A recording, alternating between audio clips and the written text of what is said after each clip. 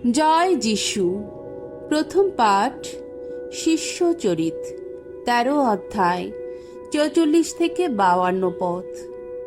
আন্তিওখ নগরে পল ও বার্নাবাস ইহুদিদের বিরোধিতা দেখে সিদ্ধান্ত নিলেন তারা বরং বিজাতীয়দের কাছেই ঐশ্ববাণী প্রচার করবেন। পল যেদিন পিসিদিয়া প্রদেশের আন্তিওখের সমাজ গৃহে প্রথম খ্রিস্টবাণী প্রচার করেছিলেন, তার পরের বিশ্রামবারে শহরের প্রায় সমস্ত লোক প্রভুর বাণী শুনবার জন্যে সেখানে সমবেত হল। এমন ভিড় দেখে ইহুদিরা ঈর্ষায় জ্বলতে লাগল। তারা তখন কটু ভাষায় পলের কথার প্রতিবাদ করতে লাগল। পল ও বার্নাবাস কিন্তু নির্ভীকভাবে বলে উঠলেন, প্রথমে আপনাদেরই কাছে ঈশ্বরের বাণী প্রচার করা আমাদের কর্তব্য ছিল।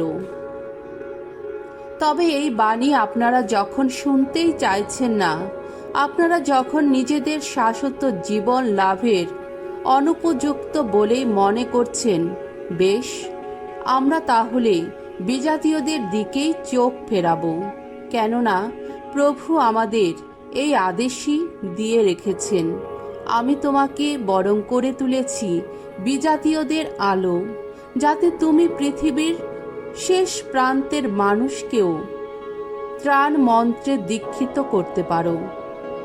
বিজাতীয়রা এই কথা শুনে খুবই আনন্দিত হল। তারা তখন প্রভুর বাণীর প্রশস্তি করতে লাগলো এবং যারা শাশ্বত জীবন লাভের জন্যে মনোনীত হয়েছিল তাদের সকলেরই অন্তরে তখন খ্রিস্ট বিশ্বাস জেগে উঠল। তাই প্রভুর বাণী সারা অঞ্চলে ছড়িয়ে পড়তে লাগল। ইহুদিরা কিন্তু সম্ভ্রান্ত ঘরের ভক্ত মহিলাদের আর শহরের গণ্যমান্য লোকদের উত্তেজিত করতে লাগল।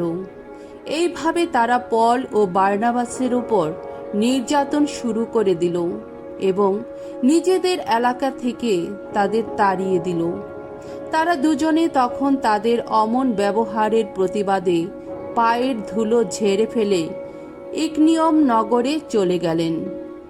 এদিকে আন্তিওখের শিষ্যদের অন্তর তখন ভরে রইল আনন্দে আর পবিত্র আত্মার অনুপ্রেরণায়। প্রভুর বাণী। ঈশ্বরকে ধন্যবাদ। সাম সঙ্গীত 98 অধ্যায় 1 থেকে 4 পদ। ধো, আজ সারা জগৎ পরিত্রাতার পেয়েছে দর্শন। ভগবানের উদ্দেশ্যে গাও আজ নতুন গীতিকা, করেছেন তিনি কত অপরূপ কাজ। তার ওই ডান হাতের শক্তিতে, ওই পুণ্য বাহুরি শক্তিতে ত্রাণ কর্ম করেছেন তিনি। ভগবান নিজের সে ত্রাণ কর্মের প্রকাশ ঘটিয়েছেন। তিনি কত ধর্মময়, সকল জাতির কাছে সে কথা দেখিয়েছেন তিনি। ইসরায়েল বংশের প্রতি তার সেই দয়া, সেই মহা বিশ্বস্ততা স্মরণে রেখেই এত কিছু করেছেন তিনি। পৃথিবীর দূরতম দেশের মানুষও আহা প্রত্যক্ষ করেছে আমাদের ঈশ্বরের পরিত্রাণ লীলা। ভগবানের জয়ধ্বনি করো সমগ্র পৃথিবী, হর্ষধ্বনিতে ফেটে পড়ো, গানে গানে মেতে ওঠো। বাণী বন্দনা। জয় মৃত্যুঞ্জয়, জয় তোমারই জয়। আমার বাণী পালনে যদি নিষ্ঠাবান থাকো, তবেই তোমরা আমার প্রকৃত শিষ্য, তবেই তো পাবে সত্যের পরিচয়। মঙ্গল সমাচার। যোহন রচিত মঙ্গল সমাচার 14 অধ্যায় 7 থেকে 14 পদ। আমাকে যে দেখেছে সে তো আমার পিতাকে দেখতেই পেয়েছে।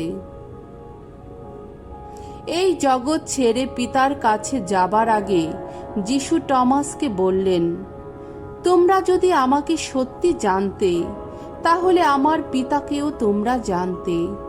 আসলে এখন তোমরা তাকে জানোই, তোমরা দেখতে পেয়েছ তাকে।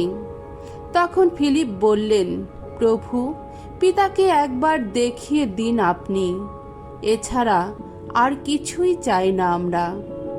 যিশু তাকে বললেন, সে কি? আমি যে এতদিন ধরে তোমাদের সঙ্গেই রয়েছি, অথচ তুমি তবুও আমাকে চেনো না, ফিলিপ? আমাকে যে দেখেছে সে তো আমার পিতাকে দেখতেই পেয়েছে। তাহলে এই কথা তুমি বলছো কি করে যে পিতাকে একবার দেখিয়ে দিন? তুমি কি তাহলে বিশ্বাস করছো না যে আমি পিতার মধ্যেই রয়েছি আর পিতাও আমার মধ্যেই আছেন? আমি তোমাদের যা কিছু বলি তা তো নিজে থেকেই বলি না, বরং আমার পিতা যিনি আমার মধ্যেই রয়েছেন তিনি তার নিজের যত কাজ এইভাবে করে থাকেন। আমাকে বিশ্বাস করো, আমি পিতার মধ্যেই রয়েছি আর পিতা আমার মধ্যেই আছেন। আর অন্য কারণে না হোক, অন্তত সেই সমস্ত কাজের জন্যেই তা বিশ্বাস করো। আমি তোমাদের সত্যি সত্যি বলছি, যে আমাকে বিশ্বাস করে, আমি যে সমস্ত কাজ করি সেও ঠিক তাই করবে, এমনকি তার চেয়েও বড় কাজ সে করবে, কারণ আমি এখন পিতার কাছে যাচ্ছি। তোমরা আমার নাম স্মরণ করে যা কিছু চাইবে আমি তা দেবই, যাতে স্বয়ং পিতার মহিমা পুত্রের মধ্যেই প্রকাশিত হয়। তোমরা যদি আমার নাম স্মরণ করে আমারই কাছ থেকে কোনো কিছু চাও, আমি তোমাদের তা দেবই। প্রভুর মঙ্গলময় বাণী। খ্রিস্টপ্রভু তোমার প্রশংসা হোক।